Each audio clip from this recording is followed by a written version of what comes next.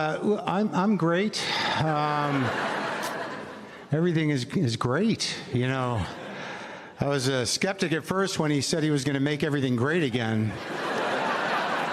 But wow, I had no idea just how great it was going to be. I mean, every day it's like, well, how much greater can this get? It's just going to keep getting greater. That was a look at Marc Maron's new stand-up special titled Marc Maron Panicked, which premieres this Friday on HBO and HBO Max. And Marc joins us now. He's also, of course, the host and has been since 1947 of the WTF podcast. Marc, thank you so much for being with us. You're like the Cal Ripken, right, of podcasts. Sure. You've been doing this forever. You're the Iron Man. But I love what you said. You said, I started this thing in my garage, and I turn around 16 years later, and I'm like, wait, I'm old. Which, of course, is how I feel. I started this like 16, 17, 18 years ago, and you just stop and go, I'm really too old to keep doing this, man. So that's right. You decided enough's enough, right? Yeah, that's right. I don't know if it's enough is enough, but you know, the media landscape is kind of fragmented and large, and it's nice to be able to get out and have a body of work as opposed to just watch yourself disappear. Right. Well, exactly. Better to burn out than to fade away. I wanted to ask you about podcasters and also about comedians, something you're brother. We sort of saw a couple years ago. Suddenly, there was sort of this anti-woke formula, and you can just see it in stand-up comedians. You know, okay, here it comes. They're gonna do the anti-woke thing, and they're gonna say, I'm on the edge here. Well, a lot of that sort of bled into the 2024 campaign. And you had a lot of people supporting Donald Trump who wouldn't regularly support Donald Trump because of like sort of wokeness issues. Now we're playing clips of all these people that are waking up, the next morning with buyer's remorse. What do you say to them? Well, you know, I say, in for a penny, in for a Reich mark, so we'll see. I got it. Sure, you can backpedal all you want, but, a collaborator is a collaborator. And the truth of the matter with the anti-woke thing is I don't know if they knew what was going on, that they were so easily co-opted by that language. And I think really, what they were fighting for in terms of comics were they just wanted the freedom and to be able to say the R word with impunity and confidence. And I don't think they realized that, anti-woke, when it's applied to policy, was going to disassemble the entire, democratic operation. So now I still don't know if they realize that. I think they're just kind of trying to backpedal into a place where they're on the pulse of what their fans are feeling. But I think they spearheaded Trump and the Project 2025 movement in the culture. But I don't know if they knew it or not. I think some of them did, and they're the bad ones. Yeah, I want to. We're going to get to your special in a second. I promise. It's okay. But we got to talk. We got to talk about Stick first, because I will tell you when I first saw it, I saw the first 5, 10, 15 minutes. I wasn't sure if it was going to work. It might be a little too sunny, a little too whatever. I love Owen Wilson. Since Tenenbaums, I've just been a huge fan of his. But you come in.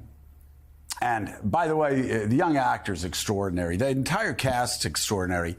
But you have this great chemistry with Owen Wilson, and it really does seem on the screen like you guys have been friends for decades. But I understand you just met him. Talk about how that came together and really created, I got to say, a really great series. One that really exceeded my expectations, despite the fact being a big fan of yours and Owen Wilson's.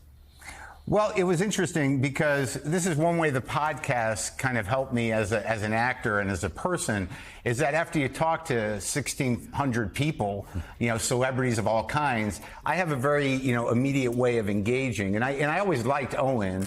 And when we met up there, when we were about to shoot, we had dinner a couple of times, and we just felt that. I just felt the old friend thing. I understood the dynamic. You know, it's about two guys that have been through life and are pretty beat up, and both of them are in a certain amount of grief, and they're kind of down on their luck. And I realized, well, that's sort of like me and Owen. So the jump to the screen was not that big a leap, and we get along well. And I think that the type of personalities that we both are kind of complement each other. And Willie, season 2 is coming, and for those who haven't seen it yet, the last scene is, and I won't even ruin it this one time. But the last scene is worth the entire season, and you know what's coming in season 2. It's just fantastic. Been a huge hit for Apple TV too. Is there any part of you, Mark, that's going to miss the podcast, having a platform every week to say what you want to say, to talk to interesting people? Yeah, I mean, it was about 90% of my social life. You know, like I don't have a huge social life, but I knew someone was coming over. You know, someone interesting I could talk to for an hour, and then they just leave. It was the best social life you can have.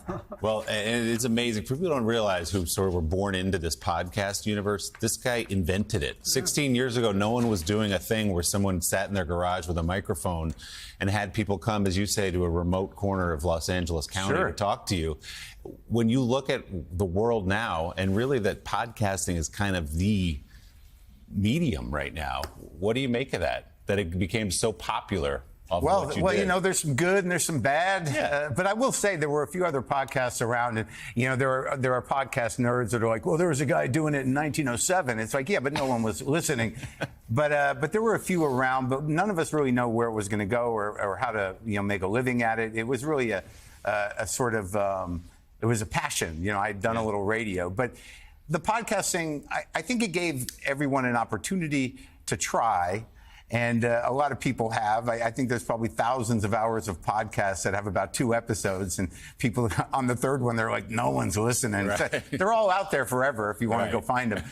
But obviously, it's given creative people and people who have something to say, and also people who do you know, more radio theater type of stuff, a lot of you know, ownership and a lot of creative freedom. I mean, where that's gone in some sections of the world and how it dictates culture now, it can get, you know, kind of ugly. But there's also a lot of great stuff going on. Yeah, well, it's been a hell of a run. Congratulations on it. Let's talk about the special, Marc Maron, Panicked. Yes, sir. You are, in addition to being a great podcaster, great stand-up comedian, I'm interested in the process of how you put the special together. When you know it's ready, let's roll the cameras. Well, usually it takes me about 1.5 years, 2 years to really build an hour and to get out there on the road with it. And usually heading into a special, you know, I've got about 1 hour and 45 that I got to get down to like 60 or 70 minutes. And it's just the way I work. You know, I kind of keep it pretty fluid. You know, a lot of my stuff evolves on stage. And then, you know, somehow or another, a few weeks before, I start trimming it, start finding the callbacks, start figuring out, you know, what the arc of the thing is. I think the last few specials definitely have sort of almost a 3-act structure. I felt it necessary to address the political environment at the time, because when I was doing this, being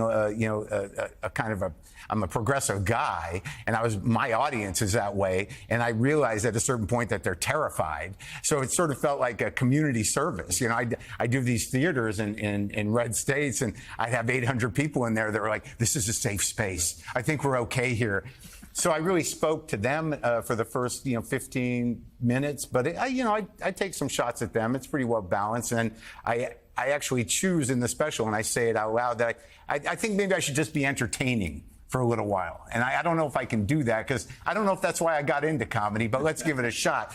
So there is a section there that is specifically just, full-on laugh per minute kind of stuff, and then I deal with some of the heavier stuff that I usually deal with. But I like to challenge myself. But there's a lot in this special. It's about 73 minutes exactly. And it's going to be great. We're sure it's going to be great. But I want to talk to you about the origins of the podcast, something I've always wondered about. Basically, you're asking a lot of people to come to your podcast, including Barack Obama and other people like him. And it's like going to a Jiffy Lube. It's in your garage. Right. One more question. Well, I think that Jiffy Lube, I don't know that I'm helping them or helping them drive any better. No or, service provided.